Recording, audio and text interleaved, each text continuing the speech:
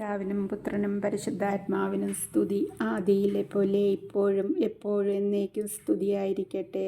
ആമേൻ. കർത്താവായ യേശുനാഥ, ഞങ്ങൾക്കൊരു ദിവസം കൂടി അവിടുന്ന് ദാനമായി തന്ന കൃപയ്ക്കായി നന്ദി പറയുന്നപ്പാ. പ്രഭാതം മുതൽ ഈ രാത്രിയുടെ യാമം വരെ ഞങ്ങളെയും ഞങ്ങൾക്കുള്ളവരെയും ഞങ്ങൾ ഓർക്കുന്നവരെയും ഞങ്ങളെ കേൾക്കുന്നവരെയും കർത്താവ് സംരക്ഷിച്ചിരിക്കുന്ന ആ വലിയ കൃപയ്ക്കായി നന്ദി പറയുന്നപ്പാ. കർത്താവെ, ഇന്ന് ഞങ്ങൾക്ക് ആവശ്യമായതൊക്കെയും തന്നനുഗ്രഹിച്ച ആ വലിയ സ്നേഹത്തെ ഓർത്ത് സ്തുതിക്കുന്നു പിതാവേ. കർത്താവായ യേശുനാഥ, ഞങ്ങൾക്ക് സഹയാത്രികനായി ഞങ്ങളുടെ യാത്രകളിൽ കൂടെ ഇരിക്കുകയും ഞങ്ങൾക്ക് വസ്ത്രങ്ങൾ, ആഹാരപാനീയങ്ങൾ, കർത്താവെ, ഞങ്ങളെ സകല രോഗങ്ങളിൽ നിന്നുള്ള സംരക്ഷണം ഒക്കെയും തന്നനുഗ്രഹിച്ച കൃപയ്ക്കായി നന്ദി പറയുന്നു.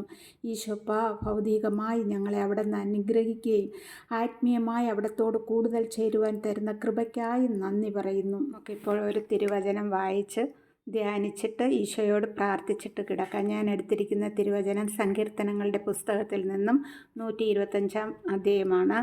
1 മുതലുള്ള വാക്യങ്ങൾ വായിക്കാം. കർത്താവിൽ ആശ്രയിക്കുന്നവർ അചഞ്ചലമായി എന്നേക്കും നിലകൊള്ളുന്ന സിയോൻ പർവ്വതം പോലെയാണ്. പർവ്വതങ്ങൾ ജെറുസലേമിനെ ചൂഴ്ന്നു നിൽക്കുന്നത് പോലെ കർത്താവ് ഇന്നും എന്നേക്കും തൻ്റെ ജനത്തെ വലയം ചെയ്യുന്നു. നീതിമാന്മാർക്ക് നിശ്ചയിച്ചിരിക്കുന്ന ദേശത്ത് ദുഷ്ടരുടെ ചെങ്കോൽ ഉയരുകയില്ല. നീതിമാന്മാർ തിന്മ ചെയ്യാൻ ഉദ്യമിക്കാതിരിക്കേണ്ടതിന് തന്നെ. കർത്താവെ, നല്ലവർക്കും ഹൃദയ പരമാർത്ഥതയുള്ളവർക്കും നന്മ ചെയ്യണമേ. എന്നാൽ വക്രതയുടെ മാർഗത്തിലേക്ക് തിരിയുന്നവരെ കർത്താവ് ദുഷ്കർമ്മികളോട് കൂടെ പുറന്തള്ളും. ഇസ്രായേലിൽ സമാധാനം നിലനിൽക്കട്ടെ. ആമേൻ. നമുക്കൊരു 5 സെക്കൻഡ് നേരം ഈശോയുടെ കരങ്ങളിൽ ഈ വചനത്തെ സമർപ്പിച്ച് നമുക്ക് ധ്യാനിച്ച് ഈശോയോട് പ്രാർത്ഥിക്കാം. കർത്താവിൽ ആശ്രയിക്കുന്ന മക്കളെ ദൈവം എന്നേക്കും അചഞ്ചലമായി നിലനിർത്തുന്ന സിയോൻ പർവ്വതം പോലെയാണ്. ആയതിനാൽ നമ്മൾ ഓരോരുത്തരും കർത്താവിൽ ആശ്രയിച്ചുകൊണ്ട് ഈ രാത്രിയിൽ നമ്മളെ തന്നെ ദൈവത്തിൻ്റെ കരങ്ങളിൽ സമർപ്പിച്ച് നമുക്ക് പ്രാർത്ഥിക്കാം.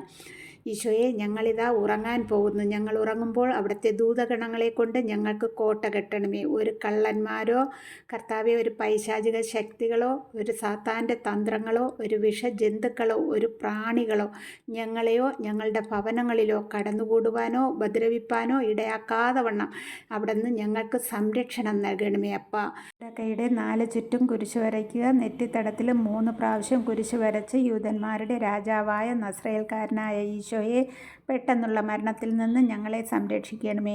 ഈശോപ്പ, ഈ രാത്രിയിൽ ഞങ്ങളെ ആരെങ്കിലും അങ്ങേപ്പക്കൽ വിളിക്കപ്പെടുകയാണെങ്കിൽ വിശുദ്ധിയോടെ ആയിരിക്കാൻ കൃപ ചെയ്യണമേ.